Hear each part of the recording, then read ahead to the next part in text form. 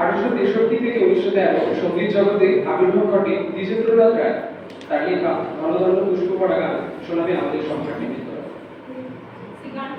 এবং এই গানটিতে নৃত্য পরিবেশন করবে স্নেহা দেবনাথ। তাকে মঞ্চে ডেকে নেব।